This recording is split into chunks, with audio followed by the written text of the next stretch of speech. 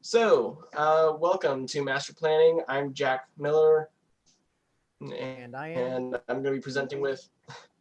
I am D'Angelo Reyes. There we go. So, like I said, I'm Jack. I'm the lead master planner for the STEP project. I'm a student at Purdue University studying building information modeling.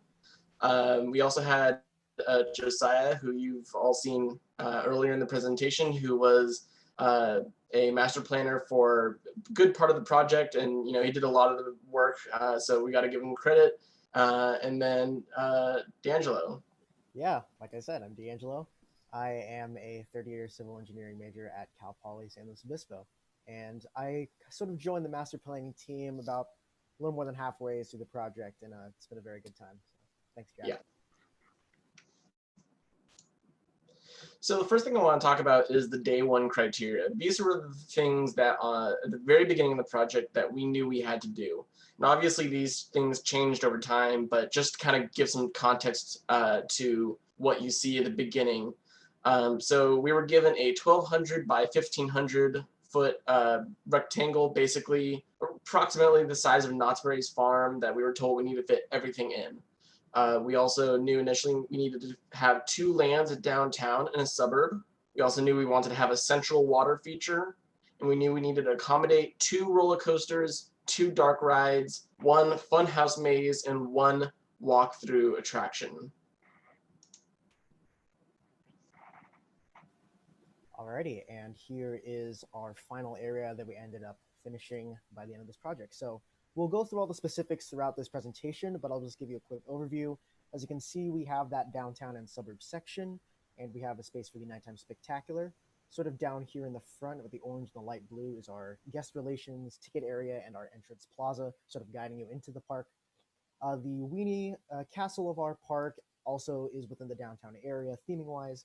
Within the suburbs, we also have a Space Camp Kiddie area, which Sochi may have mentioned early on, and we'll talk about that as well later. In addition, we also included all of our utilities on this section. So we have restrooms throughout the park, water fountains.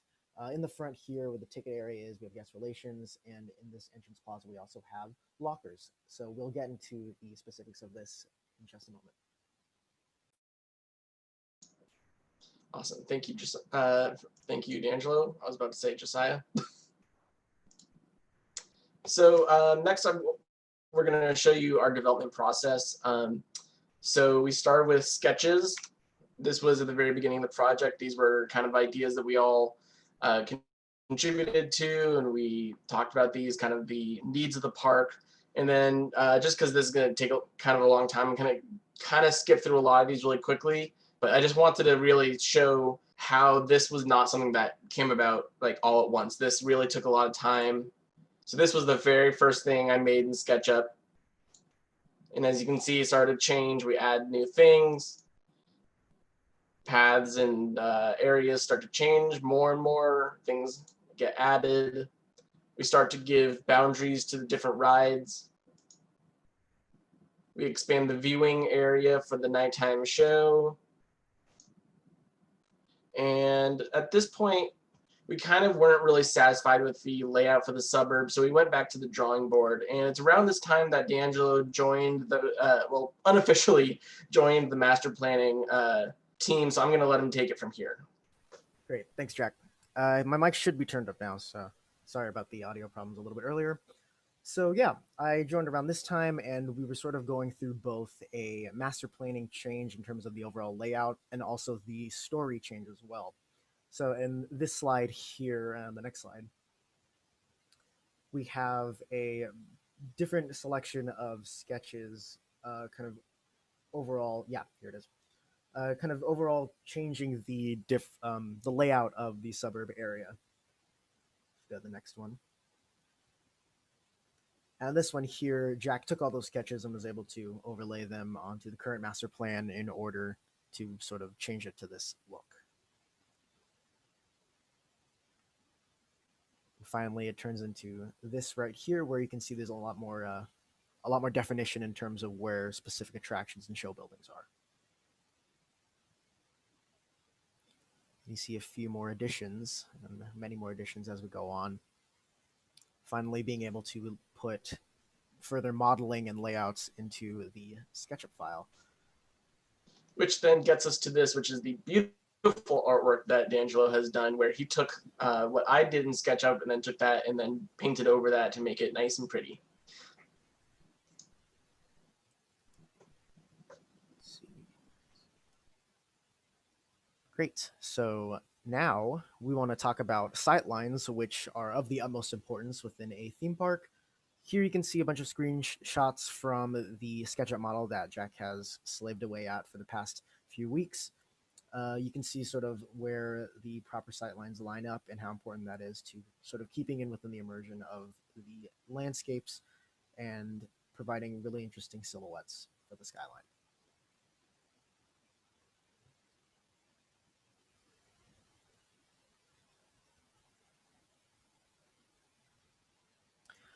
And here are some challenges and solutions that we came across.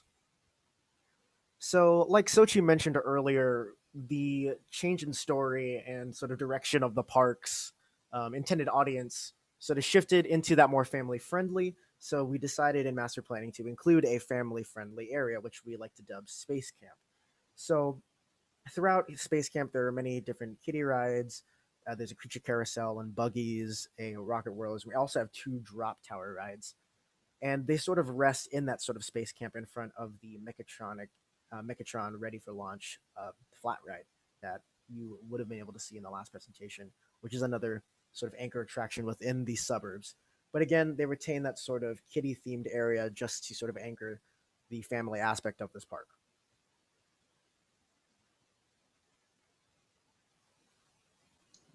And then next, I wanted to show something that I'm really proud of.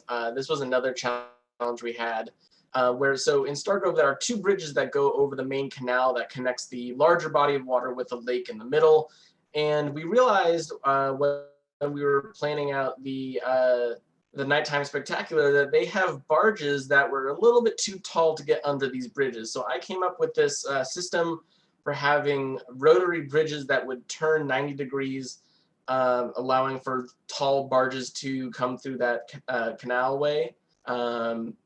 And so you can see kind of that GIF there of it just kind of going back and forth. That's what it would look like. We also had to think about, the safety of this, and also, if this was a real park, what would be, the procedures for closing that side of the park in front of the downtown walkthrough attraction, closing it off from guests during the time that there would be the nighttime show. So these were all things we thought about while designing these bridges, and we're proud of how they turned out. Next, I want to talk about some insights we kind of took away from our time doing master planning.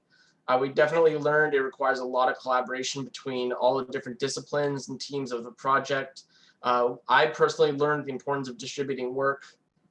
We also learned that master planning really needs to set a clear and exact guideline from the beginning to state where boundaries are flexible, where they're not. We also had to learn about, how to consider regulations and safety guidelines while also trying to balance kind of those blue sky, big creative ideas. So like I said, it's kind of a balance between that blue sky process and practical application. And also in hindsight, we learned some things that we would have done differently if we could start from the beginning, but also, that's the value of doing this project, is we learned so much. We changed the master plan a lot throughout the project as, the story changed and we got new ideas, but I think that sometimes led to miscommunication and frustrations between different teams as their allotted areas were changing or being moved around. So in hindsight, that's something we probably would have tried to do differently, is try and have everything more securely placed at the beginning of the project, and then let teams really, let them loose and come up with some great ideas. But at the end of the day, it still worked out great, and we're still really proud of how it turned out. So now is VR time. Using the magic of virtual reality, I will be walking around in this park in first person. So I'm just going to stop sharing that for a second. Yeah, we'll kind of fill some time for a bit, and also I want to extend a huge thank you to management for helping us out and all the teams. It's been a really fun time working with everyone.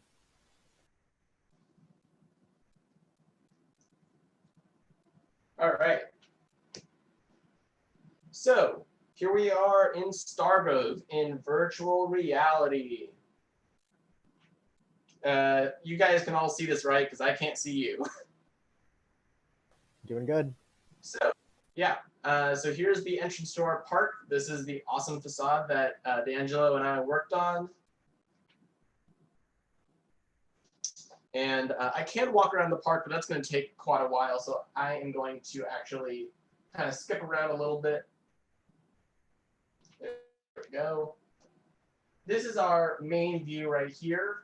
This is basically our kind of main street type of street where there would be some lockers over there. And this is your kind of straight shot view at our main building for the park.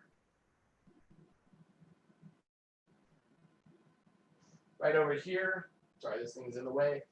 This is the view of the suburb. And as you can see, I can walk around. This is our water house right here. This is kind of a water splash play area that there would be all these kind of water jets that come up.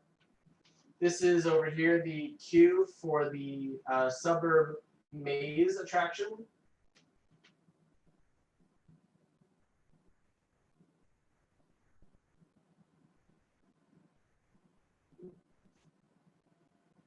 Something else what we did that we are really proud of is we came up with this way of having a facade for this mountain range here that it's actually a composite of 3 separate layers, as 3 different images, so that when we put them here, it kind of looks like it's at a further distance. So we worked really hard on this kind of small effect just for the SketchUp, and it looks great. But yeah, you can also kind of see this area from this point of view. And it really helps to be able to walk around. And this is something we actually really put a lot of use in while we were doing the project, is that we would come up with an idea, I would get in on my VR, and then I could walk up to it and be like, wow, okay, that really works, and that works well with sight lines. Or we'd be like, that just didn't really flesh out how we thought it would. Next, I want to show you the kiddie area.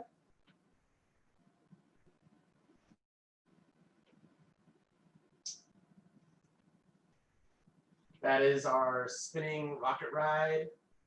Over here we have some kind of a kiddie ride with some little like space buggies that you put your little kid in, and they go around this cool little track. These are some houses that D'Angelo designed, and we were able to import into the SketchUp file to provide some facades for houses that would be there in real life. Obviously, this SketchUp file isn't exactly realistic. This is our drop tower ride, super realistic as you can see. But we also have some really cool things, like in the distance you can see the track for the roller coaster, which also just kind of looks like a long, stretchy cube thing, but still pretty cool.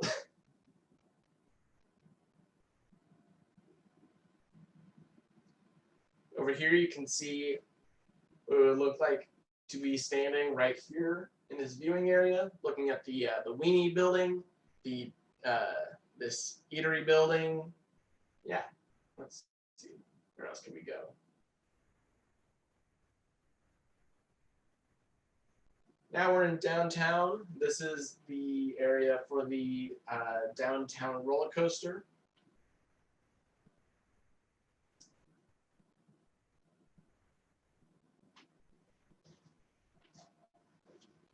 This is a cool building facade that D'Angelo helped design for this area.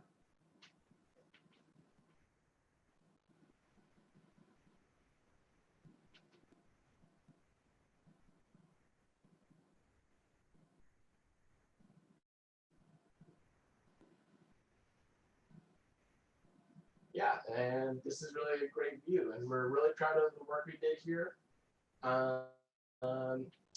Yeah, and that's kind of all we have for you.